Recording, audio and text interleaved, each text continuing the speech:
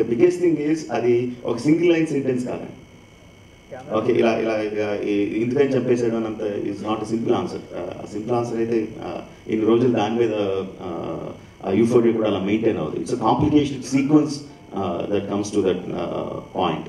So నాకు తెలిసి cinema start అయిన తర్వాత జనాలు అసలు అందులో లింగర్ అయిపోయి చూస్తూ ఉంటారు, కానీ దీని క్వశ్చన్కి ఆన్సర్ ఎప్పుడు వస్తుందని చూడరండి. నాకు తెలిసి ఆ క్వశ్చన్కి అంతా థియేటర్కి ఆడియన్స్ని రప్పించడం వరకే నేను అనుకుంటున్నాను. బట్ ఒకసారి థియేటర్లోకి వచ్చిన తర్వాత జనాలు దే విల్ బి ఆ క్యారెక్టర్స్తో పాటు ఆ ప్రపంచంలోకి వెళ్ళిపోతారని అనుకుంటున్నాను.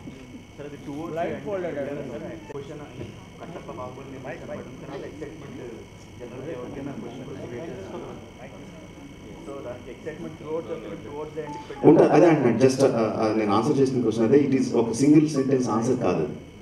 సింగిల్ సెంటెన్స్ ఆన్సర్ కాదు అది. It's buildup to that point.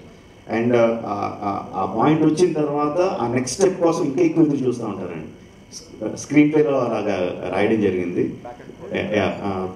Back and fourth is one thing, but as an emotion వైజ్గా చూసుకుంటే ఆ పాయింట్ వచ్చే వరకు జనాలు చాలా ఎక్సైటెడ్గా చాలా ఇది బిల్డప్ అవుతూ ఉంటుంది. ఆ పాయింట్ నుంచి ఇంకొక 2 స్టెప్పులు పైకి వెళ్తుందని అనే విధంగా స్క్రీన్ ప్లే రాయడం జరిగింది.